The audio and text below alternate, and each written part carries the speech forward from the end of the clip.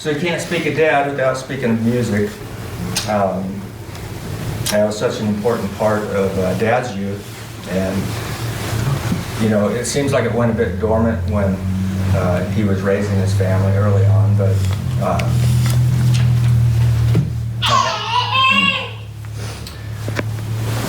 it seemed to reemerge in his later years. He had a lot of fun with it, and it created a lot of memories for our brothers and sisters.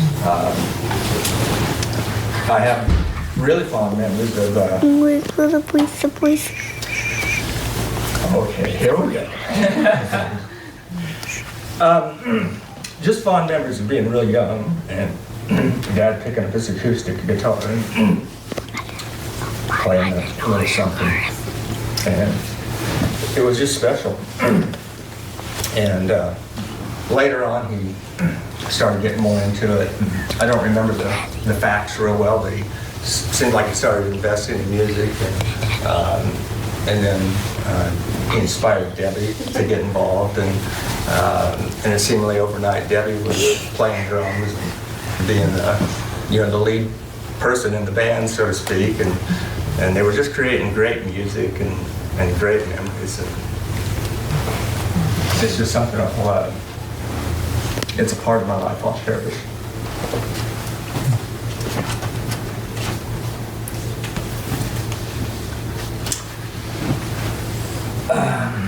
And Dad was a good guitar player, and though I never picked up music, to this day I have a love for guitar music, and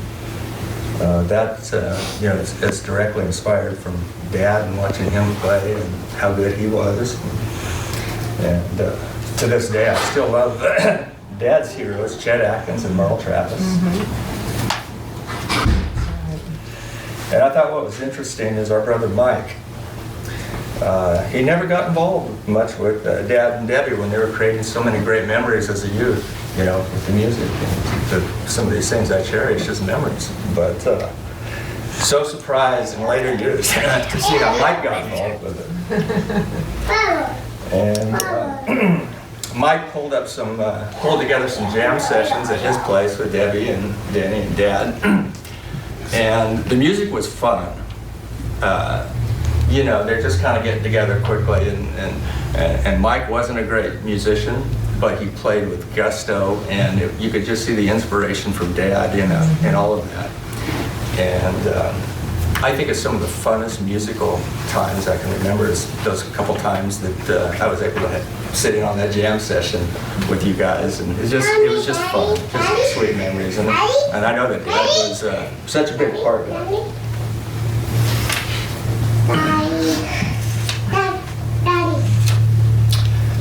So for me, trying to think of what was special for my life, sports were a big part of my life for me and Kevin, and Kelly a couple years behind us.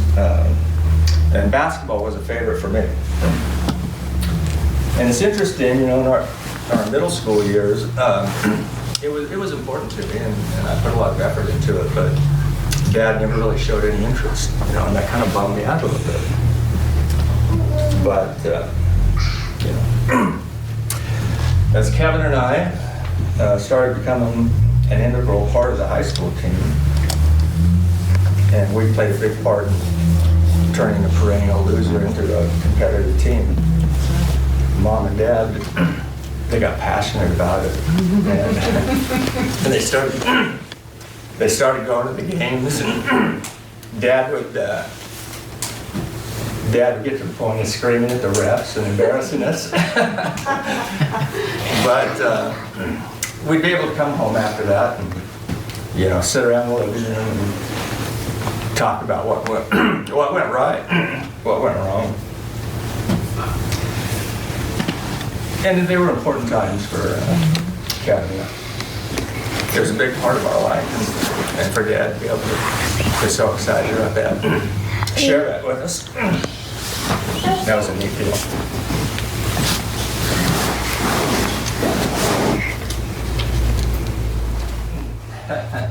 Wow, I thought it'd be more composed. Raising 5 kids on a mill worker's wages. It was a pretty tough gig. So we grew up very humbly, and yet I never felt like we were poor. And I can honestly say, I never missed a meal. No. And that might seem like an odd thing to say. But I'll tell you that Dad couldn't say that.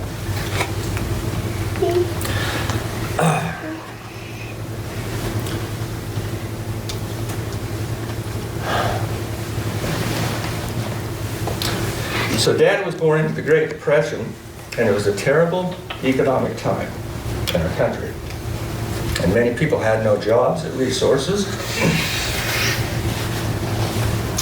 And Dad knew what it was like to go hungry.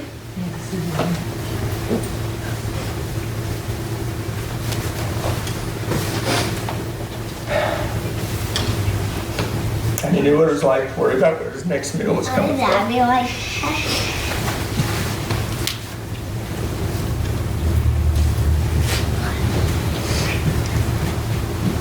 Okay, I'm gonna get it together.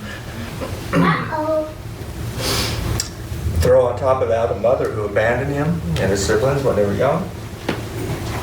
A father whose health didn't allow him to work and hold down a job much.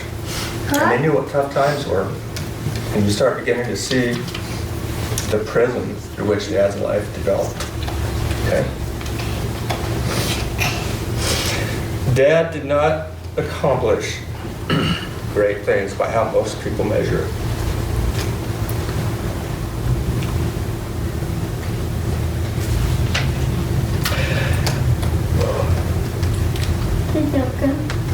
But in my eyes, Dad was a great man.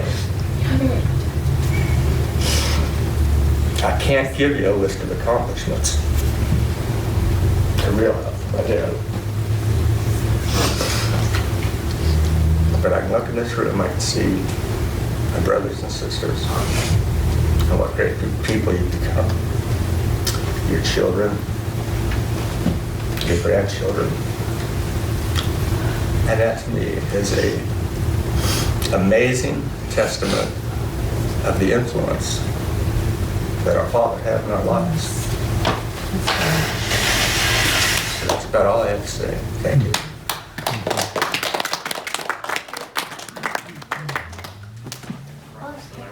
Script a little here either, but I've prepared some comments, and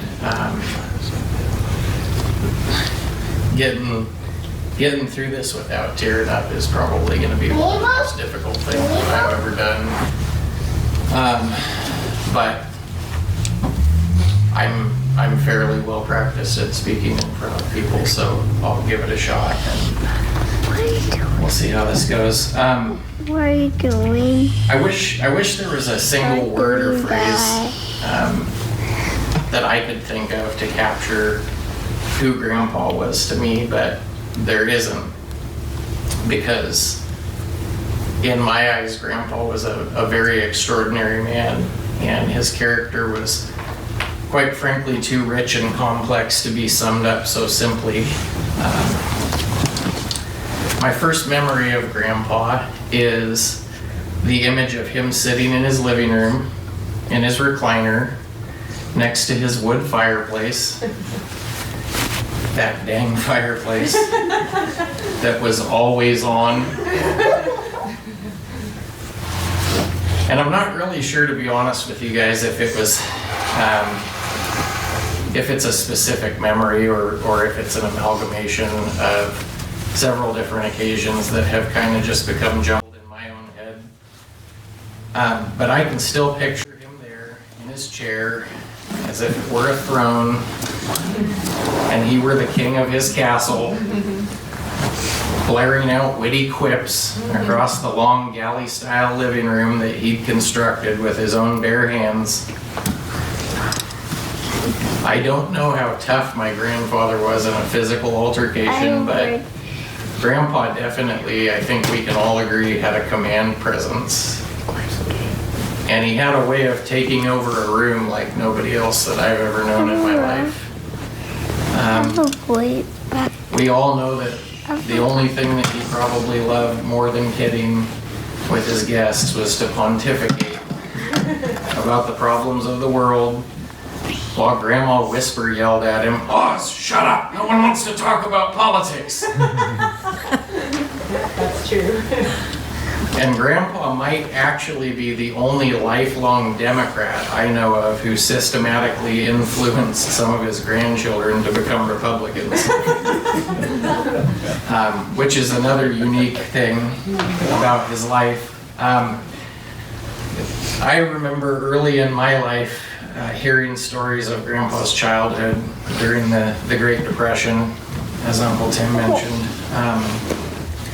And how his family struggled just to get by. And later, when he and Grandma took us into their home, I would sit on the floor sometimes next to his chair, and I would just pick his brain about our family history and things that he had seen in his life. And he was always willing to entertain my questions about his parents and his grandparents and his early life. Grandpa told so many stories of conflict and adversity, of life's simple pleasures, of his service to our nation in the Navy, and his clear affinity for his own grandfather. And that's something that stuck with me. Let's be honest though, we all know it wasn't always peaches and cream dealing with Grandpa either. He had a temper like an active volcano. And you didn't always know exactly when Grandpa was going to erupt.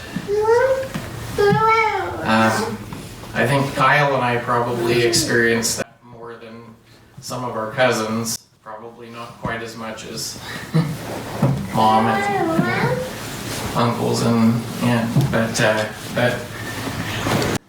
Grandpa had a temper at times. And when he did erupt, everybody ran for their lives. And his family members were not by any stretch the only casualties of this phenomenon. There were city officials and neighbors and Kirby vacuum salesmen who all nearly perished in the wake of Grandpa's wrath. And if Grandpa couldn't figure out who was to blame for something, Kyle and I are both here to testify that he would just spank everyone in the room until he figured out who it was.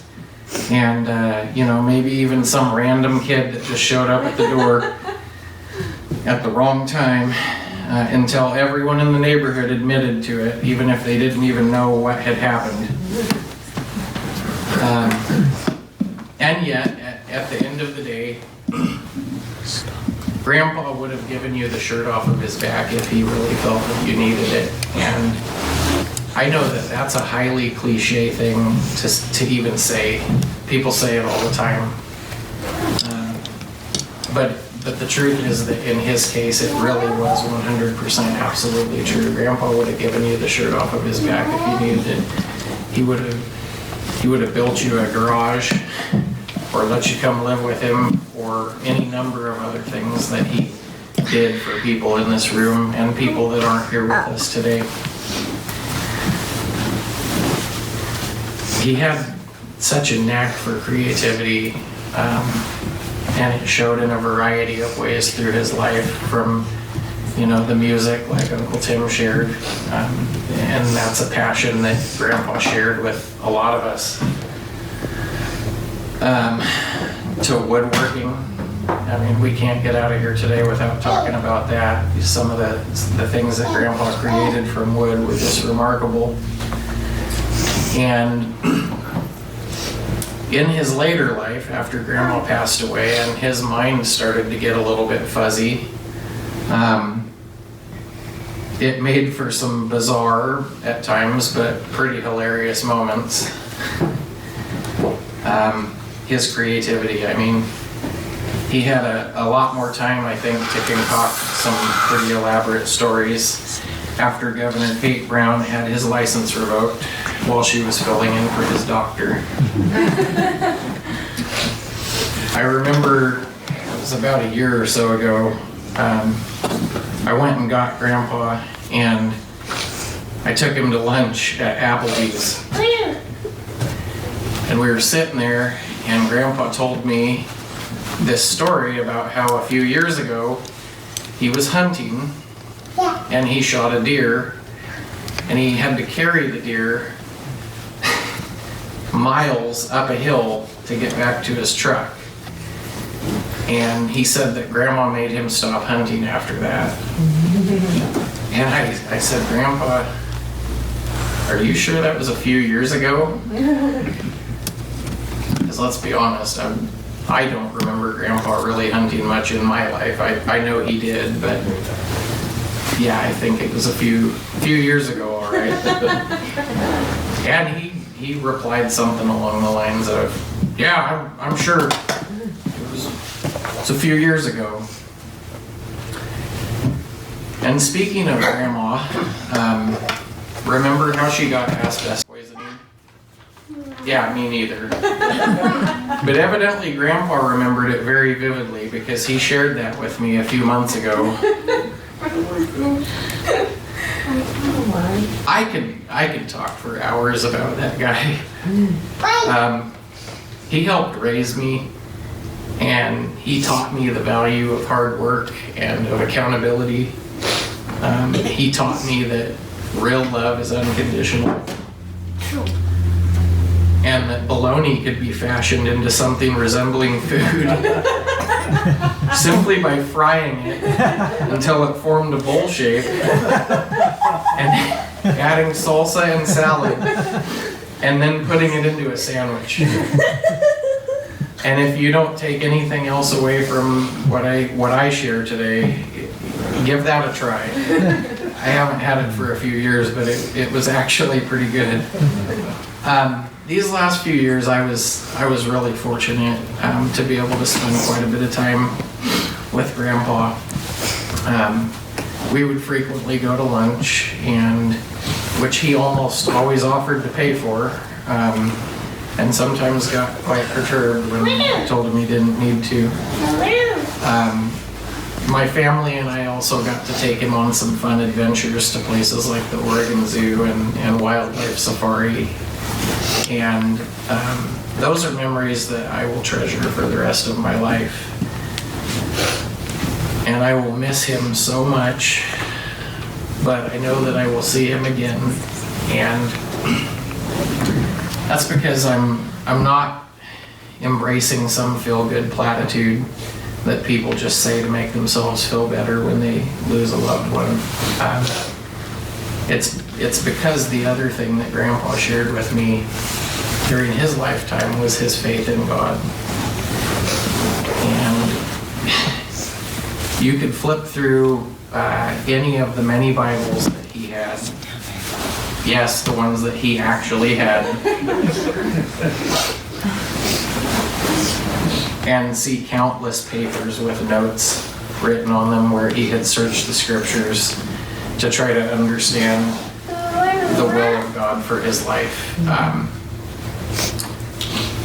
which I think was a really remarkable thing given the upbringing that Grandpa had and the fact that he didn't finish school and he was not probably by most people's measure what we would consider a learned man, but he was street smart, and he cared, and he cared enough about God and about trying to live a life that honored God that he took that time to do that. He took that time to try to understand the Bible and understand the Word of God.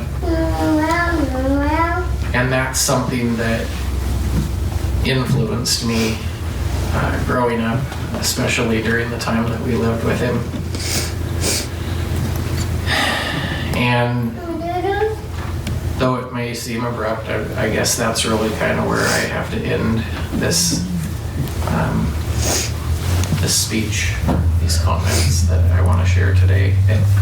It really hurts that Grandpa's not here. But personally, I will thank God every single day. Or thank God for every single day, excuse me, that he was part of my life. And I think that, you know, his impact will last well beyond his 89 years of life. And if he were here right now, I'd just look at him and say, thank you, Grandpa, for everything that you did for me. And I love you, and I will never forget you.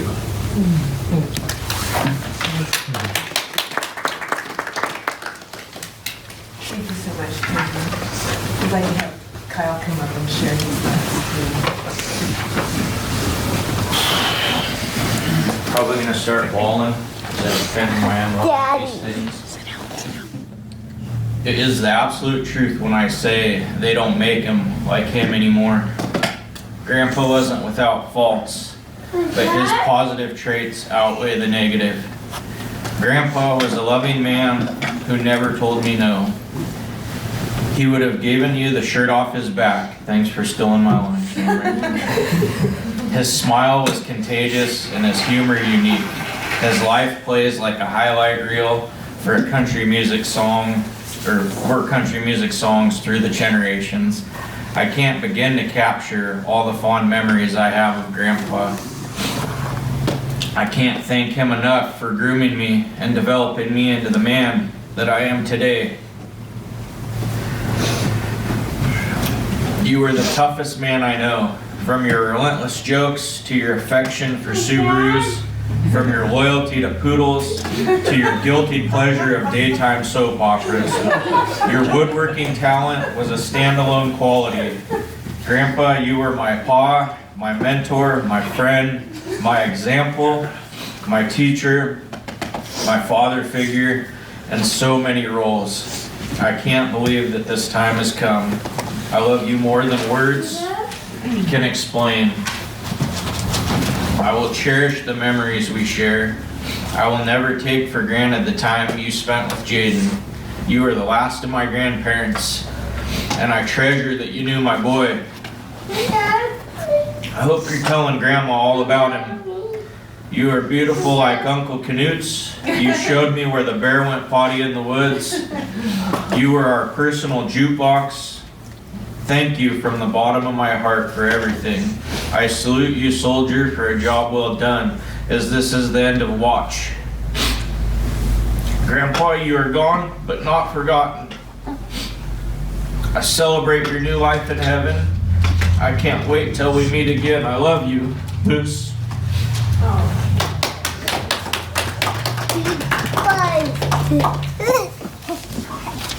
This is beautiful. Thank you for sharing that.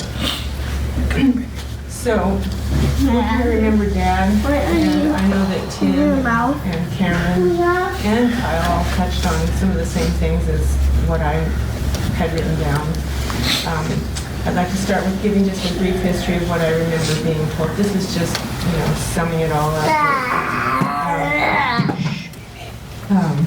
What I remember through the years about his childhood that he would share. We know that Dad was born in Gates, Oregon on March 3rd, 1930 to Ruth May Abel Purdy and John Henry Purdy. He had 3 siblings, his older brother and sister Keith and Letha, and a younger brother John.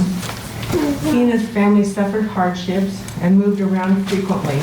And Dad's mother had mental illness and was unpredictable and caused many difficulties for all of them. Grandma was in and out of their lives for many years until she left permanently, and then that put an end to that part of the turmoil and pain that she caused for them all. But in spite of all that, Dad never turned his back on Grandma as an adult. He continued to visit her and treat her with respect, and he never made an issue out of his past with her. Dad also shared some good childhood memories with us, such as the kind family in Lee Valley that helped them out by letting them live on their farm. They shared food with them, and they gave them some good memories of a time of security during that time when they could relax, live in peace, and just be kids. Dad did serve in the Navy, as Tim and Cameron and Kyle both referred to.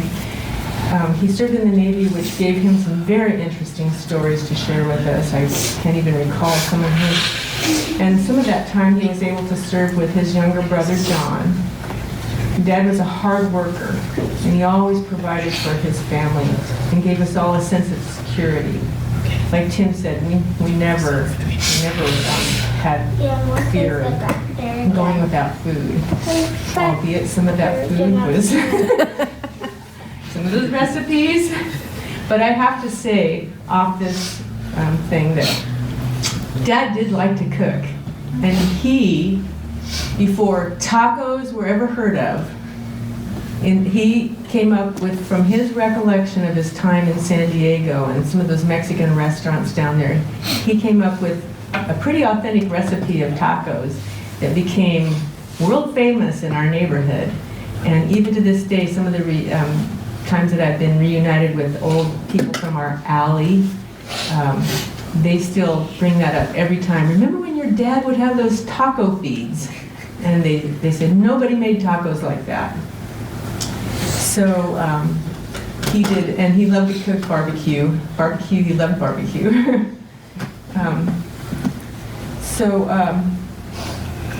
He taught us all a lot of life lessons, and he loved us the best he knew how. He taught, by example, how to be a self-starter and how to be self-taught. And he demonstrated that problems can be solved if you think outside the box. And we all can relate to that when he was building his house. And he really didn't like the way that the inspectors insisted that he did it.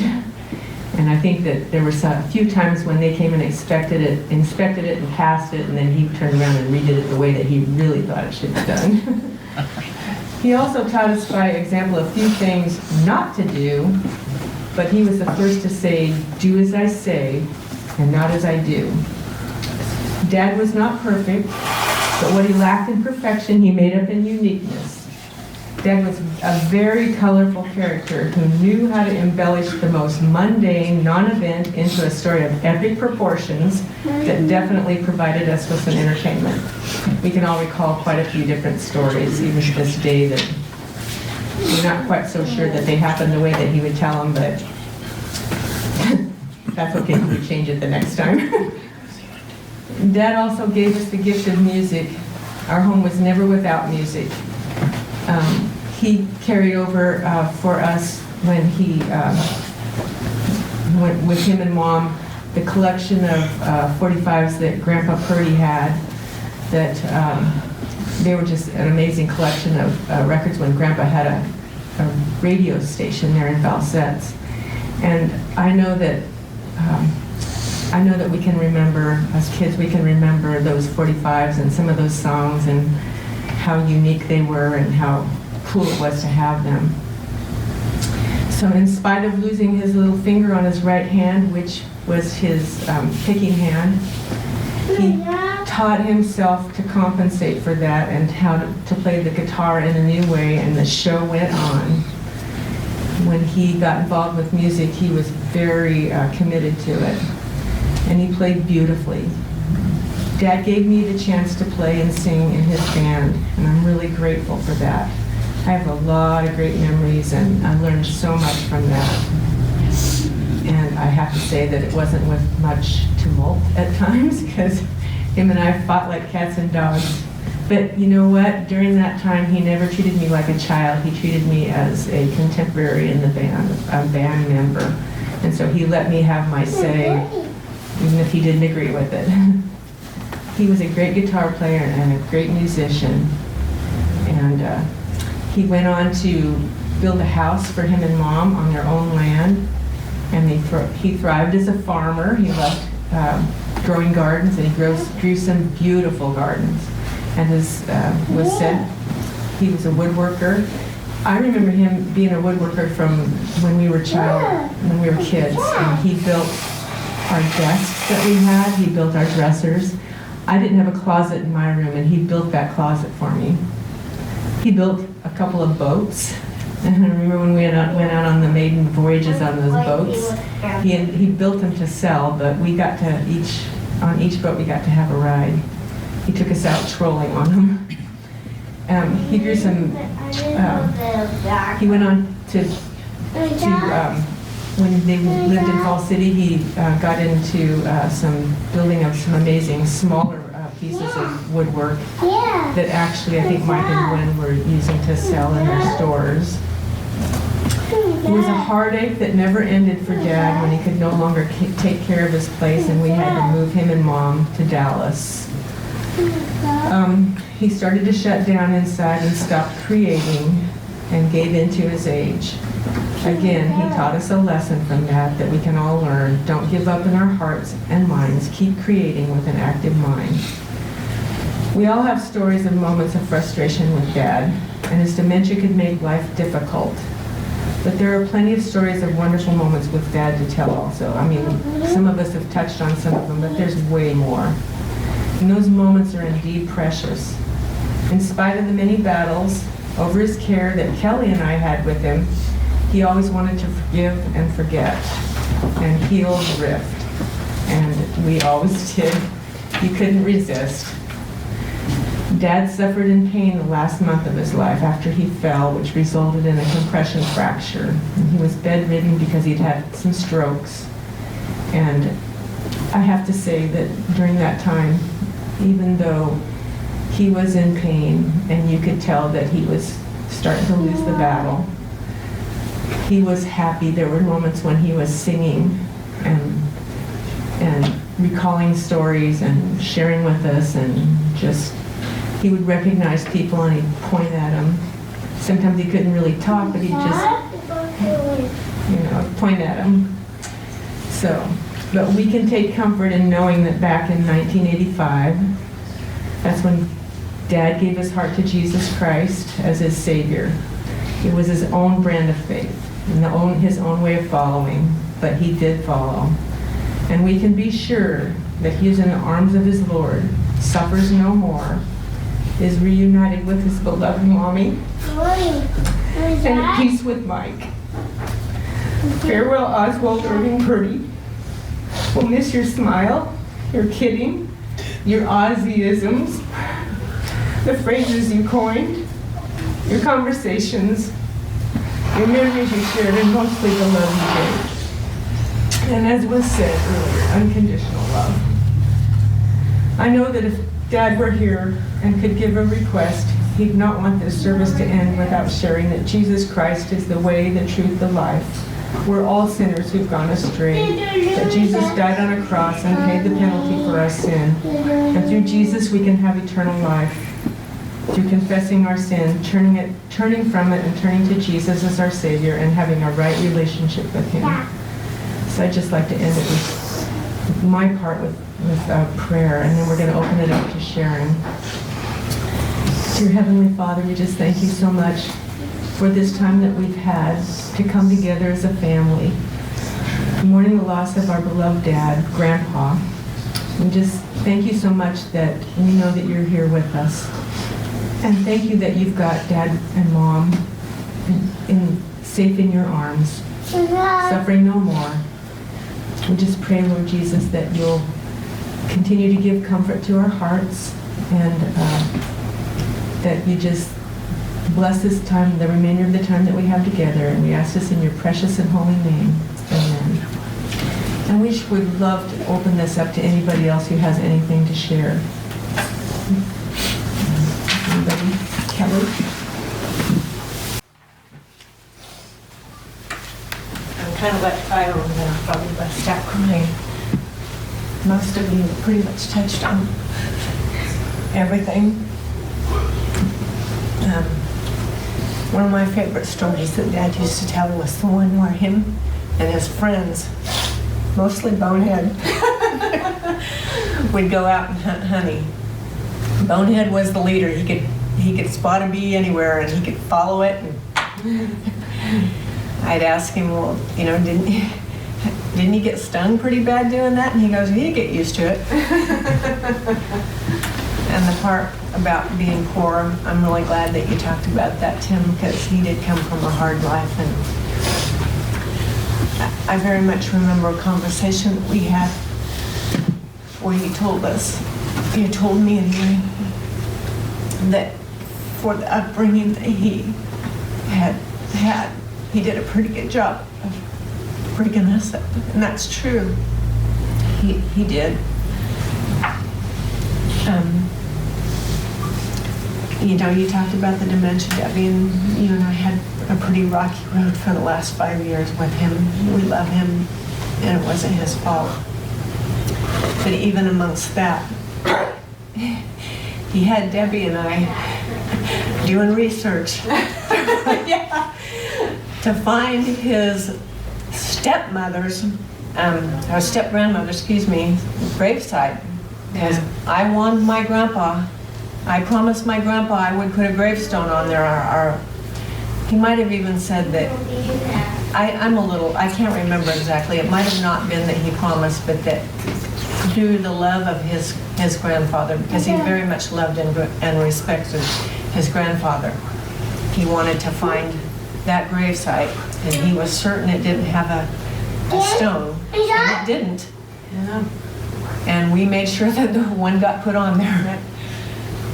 Unfortunately, when Debbie and Dennis showed up to take him down there to see it, he was in one of his not so good moods.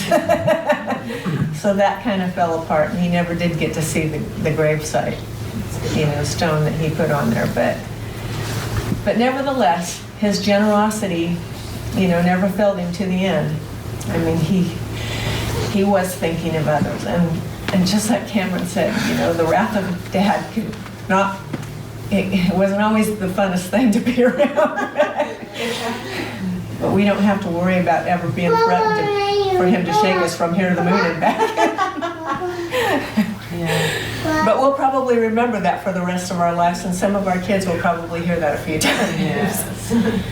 Anyway, Dad was a good man, and Tim, just like you said, he did do a good job for the upbringing that he had. And as you said, Debbie,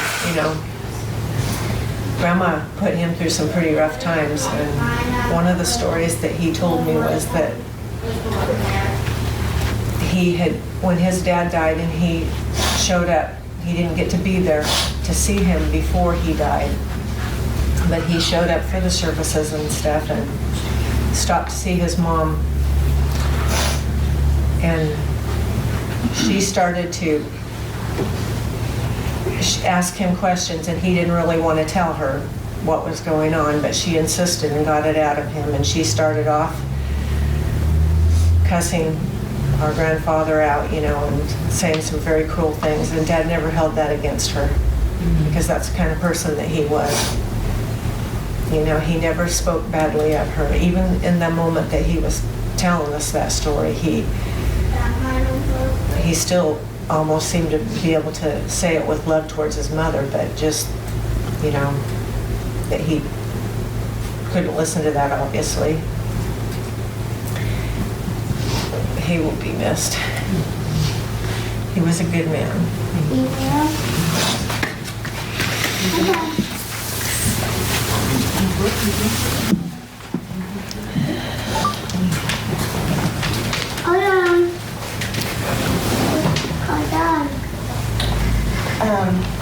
I wrote notes down too, not script, probably should have. I also have a lot of childhood memories like Cameron and Kyle, because I'm the oldest grandchild. So I have very fond memories of our family get-togethers when we would all show up to Fall City, and he would do his barbecues, as someone mentioned, probably all of us, because we all remember those lighter fluid barbecues. Much lighter fluid. Everybody going, whoa, step back. But everything tasted great, and we always had a good time, and he was such a big part of that, making sure that everyone was together, and he was the center of all the conversations and was always making sure to touch base with all the grandkids and all of his kids, and so always will remember that. Everybody touched on his creativity, which when I graduated from high school, a really long time ago, he built this teeter chest for me that was full of things that I could use later in life when I moved out by myself. And I still have that chest, and it's made it through a lot of moves. It sits in my bedroom now, and it's beautiful. And I will have it for as long as I live. And maybe if one of my kids are lucky, I'll pass it down to them. It's really heavy though, so probably not until someone's willing to move it down the stairs. But it's really pretty. And when I was older, not too long ago, me and my 2 daughters had to move from Mississippi back down here to Oregon. And my grandpa was generous enough to let us live with him. And so we spent 9 months. So Carolyn and Kyle got to spend childhood living with him for a while, and then me and my girls got some adult time with him. And those were some definite interesting months. But I walked away from that with some really great memories that I'll keep. The girls and I can always remember how, well, I don't know if they remember, but I remember how very early Grandpa would get up in the morning, like 4 or so, sometimes earlier. And because he was so hard of hearing, when he didn't put his hearing aids in first thing in the morning, people that can't hear don't actually know how loud they are in the morning. But I do. It's really loud. But he was very routine, and so he had a definite routine that he would follow every day. And part of that was he would read his paper. Well, he would go retrieve his paper, and hopefully the paper boy brought it, because as everyone mentioned with his temper, that would set him off if the paper boy didn't bring the Statesman. He would read it, and then he would get ready for breakfast, which always included a short trip over to Safeway to buy 1 banana every day that he would then eat with a bowl of Wheaties, which I'm now pretty sure he would eat to kind of balance out the donut he would later go over and buy from the Safeway bakery as well too. So I think it all balanced out for him. Another memory that the girls and I have is we spent that particular Halloween with him, and the girls didn't want to go trick-or-treating. They wanted to pass out candy. And so we did. And he said, well, I don't really know if you need to buy that much candy because we don't really get that many trick-or-treaters around here. And that particular neighborhood in Dallas is one of those destination trick-or-treat spots. So people go just to hit all those houses. So I said, well, we'll see what happens. So I bought a couple bags of candy, and we were sitting in the room by the front door, and Grandpa was in the room with the TV, and it was on really loud. And we started getting trick-or-treaters, quite a few of them, and we went through 2 bags of candy in not very long time. And he wandered in after about an hour, and he said, I told you that we don't get that many trick-or-treaters. And I was like, we just gave out 2 bags of candy. And he's like, I haven't heard anybody come to the door. And I was like, that's why you think you don't have any trick-or-treaters, because you're on the other side of the house and you're not hearing them knocking the door and ring the doorbell. Speaking of TV, we also learned his great love of shows like The Waltons. My daughters got a good introduction to Little House on the Prairie, The Waltons, The Brady Bunch, Matlock. There was one channel he watched, and we watched all those shows right along with him and loved it. I am very grateful for that time that I got to stay with him. I'm very glad that my daughters got a chance to know their great-grandfather. Not a lot of kids get that opportunity. And so, I'm very glad for that. And in looking back, I moved out in 9 months because I was ready to, move out and be independent and start a new chapter of my life.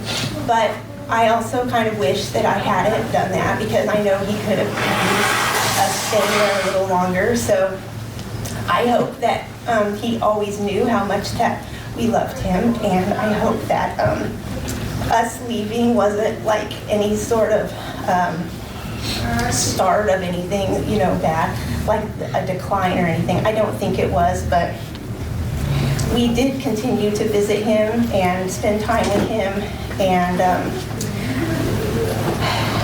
I know that he hears just fine now where he's at, and Grandma's with him, and he's no longer whisper yelling at him. They're probably just talking in normal room volumes now. So those are my memories of him, and I know that Emily and Addison, who we always called Tiddlywinks, see, he continued nicknames all the way down.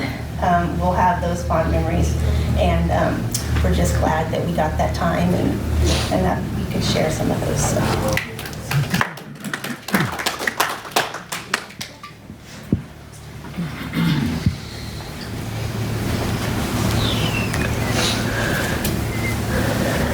So Oz was a Navy vet. I'm an Army. We butted heads a couple times, but he was the dad I never had. I loved him. As is military tradition, the flag goes to the oldest surviving son. No. With you, Kevin.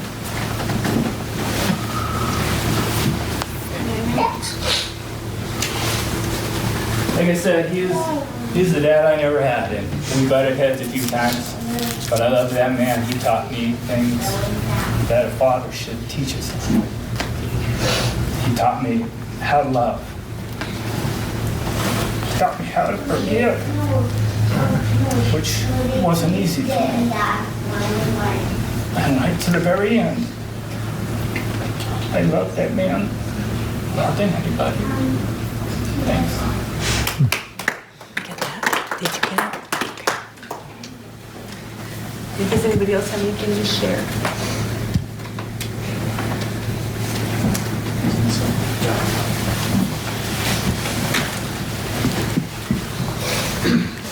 I don't normally get up in front of audiences. I'm pretty shy when it comes to that sort of thing.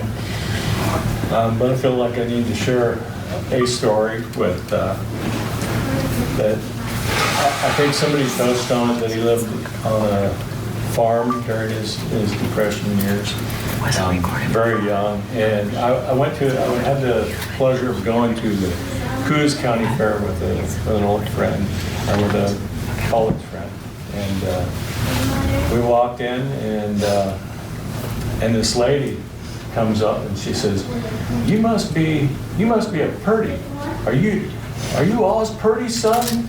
And I go, yeah, how'd you know? And then she told me the story that my dad's family, and I think Dad was really young at the time, but they loved to stay in a shack on their farm. And I went to school with her son, Bill Mass.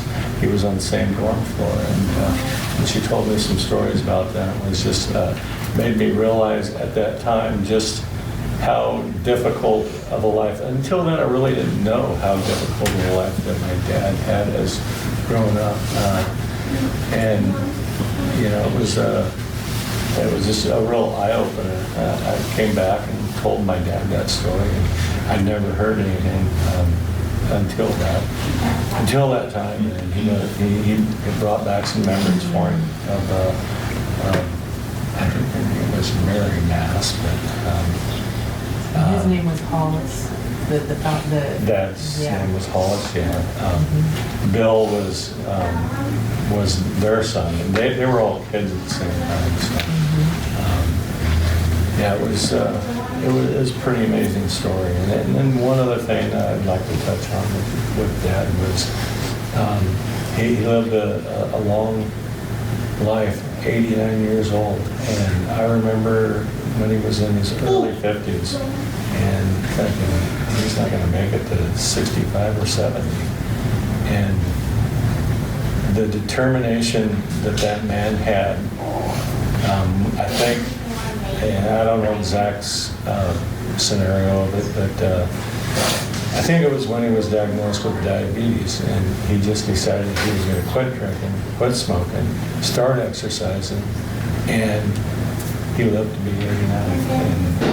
And I know he wouldn't be here, wouldn't have made it nowhere near that long if it hadn't been for those choices that he made. And, you know, I mean, it taught me some things in life that, you know, through some of the problems I've had. And that's, you know, that if you get the help, and although he did it on his own, I think Mom had it that you can do things. You can do things that you set your mind to. And that's one of the things that I really carry from Dad. So.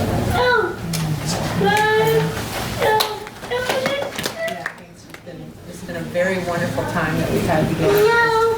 What I was hoping for, just for us to be a family, be together in this time, and just draw close. You know, Mom made us promise that every one of us that we would stay close together and to take care of Dad. And so here we are at the end of all that, and we did it. We did it, all of us. Yeah. I'd like to embellish one story, just a little bit about the boat. And maybe just a little bit of levity, because I think it reflects how we've shared and how we process our father sometimes. It was amazing that he was able to build this boat from having never built a boat. And there's quite a bit to it, learning how to mold and bend the wood and whatnot. The facts get lost on me a little bit, but he probably spent the greater part of the summer doing that, right? And we remember in part, so I probably don't remember the story exactly, but I remember we finally got to go out, and I think it was the boys and Dad. We got to go out fishing and trolling. And were you there? Yeah. Okay. So here all of us are in this tiny boat, and what I remember is we would no more get going, we'd be trolling, lines would be crossed out, Dad would be cutting line, and he'd get so angry and frustrated, and I don't remember much fun out of that. Looking back on it, it's funny, but I think new cuss words were invented. Sure, I remember that too. So just a little levity and a little bit of fun with it. I remember that too. I do remember that.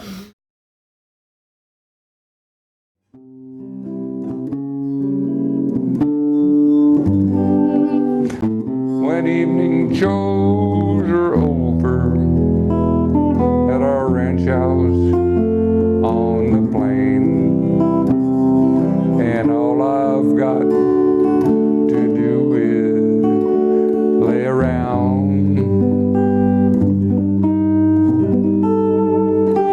I tell you folks, it's heaven to be riding down the trail and watch that evening sun go down.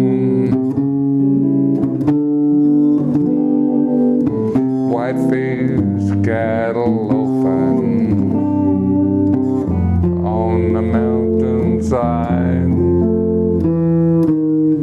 Granite spirals growing all around. I tell you folks, it's heaven to be riding down the trail and watch that evening sun go down.